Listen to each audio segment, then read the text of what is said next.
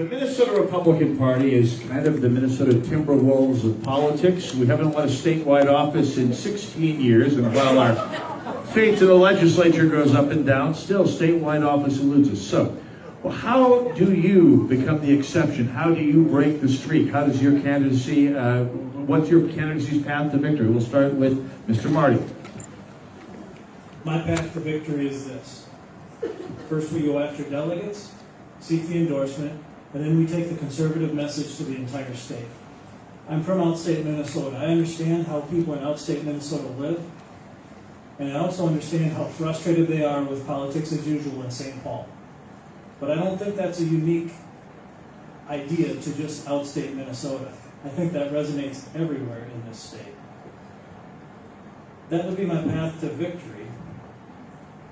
But what does that look like? What makes me unique? My number one goal is the reduction of executive power in this state. And I don't mean just the emergency powers, I mean all executive power. It is time that the executive branch realizes that it is subservient to the legislative branch in many ways. What does that look like? Well, it means that we have to have legislation that isn't so broad that a commissioner can write an order for you to drive an electric car. You see, that's where the legislature has let us down. They've written these laws to pass off that power to the executive branch. It's time that the executive branch brings that power back to the legislative branch where it rightly belongs. That also means that omnibus bills are no more. We cannot continue to just bundle and bundle and bundle with these deals that constantly sell our children out. That is how I would go. Senator Gazelka. So I'm a conservative that has had to govern with a one-vote majority for most of the 5 years that I've been leader. I went head-to-head against 2 Democrat governors. We never raised taxes. We always protected the Second Amendment.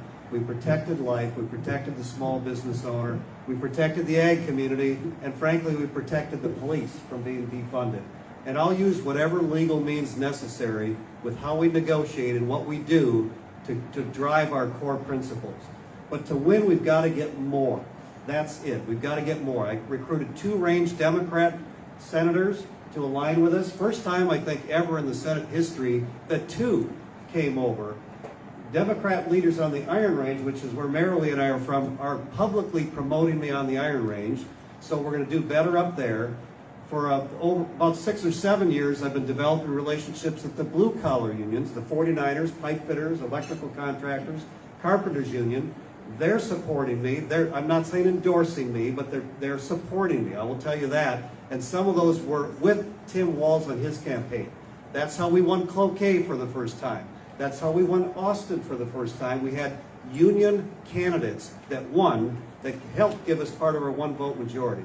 I told you what I did in the cities. I've told you that the police are very excited that I'm in this race. And in the suburbs, because I've had to govern with a Democrat House and a Democrat governor, we ended up accomplishing basically being to the right of middle, which is what the suburbs want. They want to know that you're going to work together. They want to know that you figure out how to collaborate. And I do that, but I hold the line on the principles all of us hold dear. Senator Benson.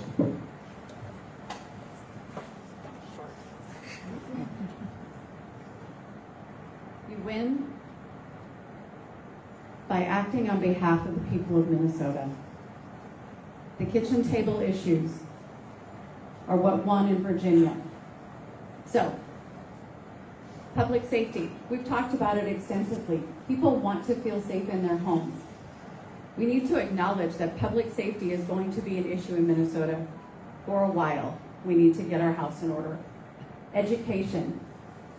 When Tim Walz shut down schools, my daughter came home from school. She sat next to me while I chaired the Health and Human Services Committee. She got her work done, I got my work done.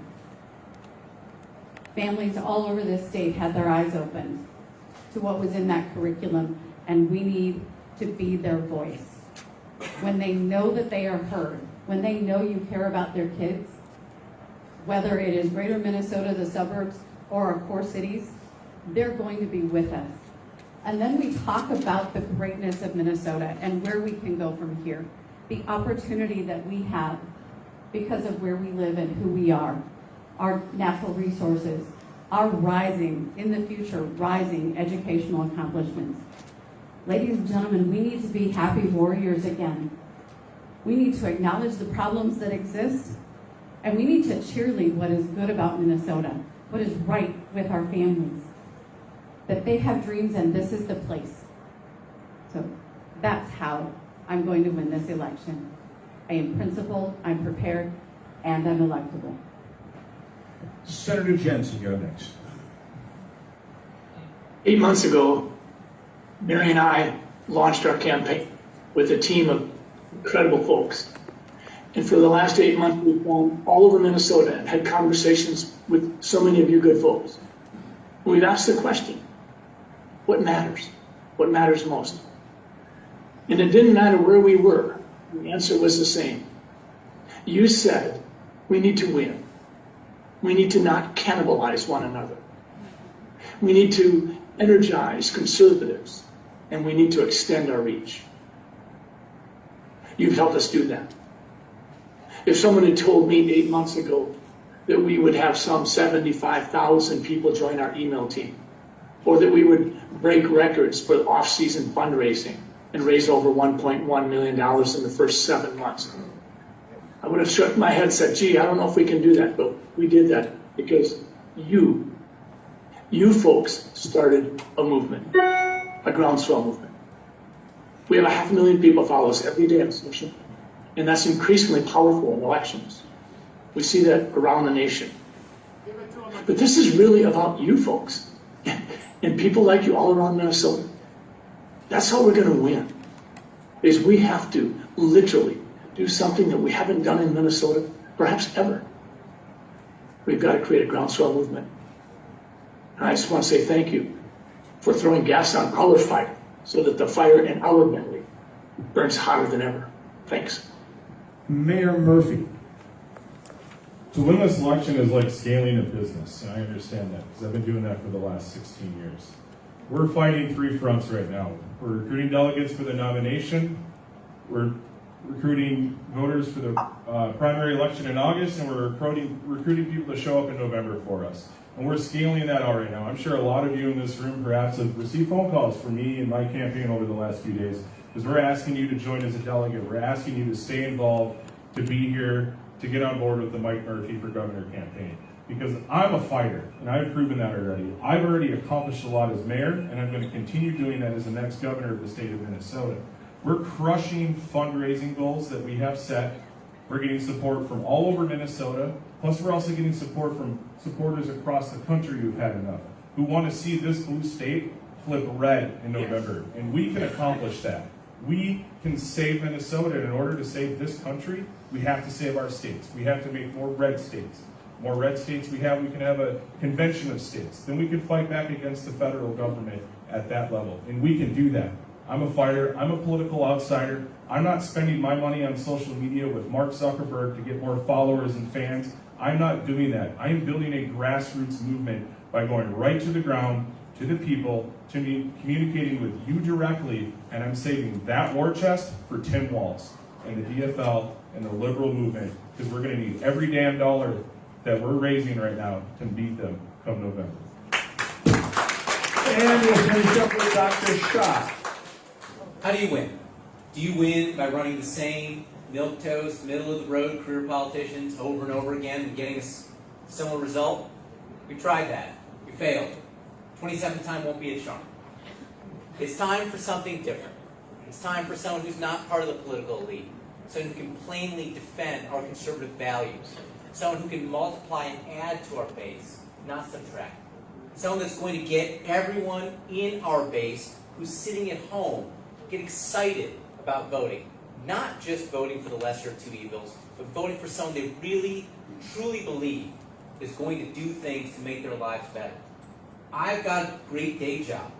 Be very weary of folks who don't. Politics is not a career. It's public service. And it's time that we choose a citizen servant to go to St. Paul and be the first guy through the wall in the hard process of turning the state red and keeping it red. We all want the Virginia experience here, and it's easy. We know what the playbook is. Okay, you run up the score in Greater Minnesota. You bring the suburbs back or the issues that matter to them, like crime and education. You start to show the cities that our thoughts are better about all these issues that are plaguing your communities. Credible messenger, credible message. We've always had the better ideas. But who are we putting out there to sell that messaging to folks around this state? I'm not a political insider. I'm a guy with a great day job. And I'm someone who wants to serve this state. And I am the different candidate in this. And if we choose someone that's different, if we choose someone who will stand for conservative values, we can get that Virginia result we all want so badly in Minnesota. Thank you. All right, we are. Yeah, go ahead. We're trying to give you a call in the Kudos to the audience, and by the way.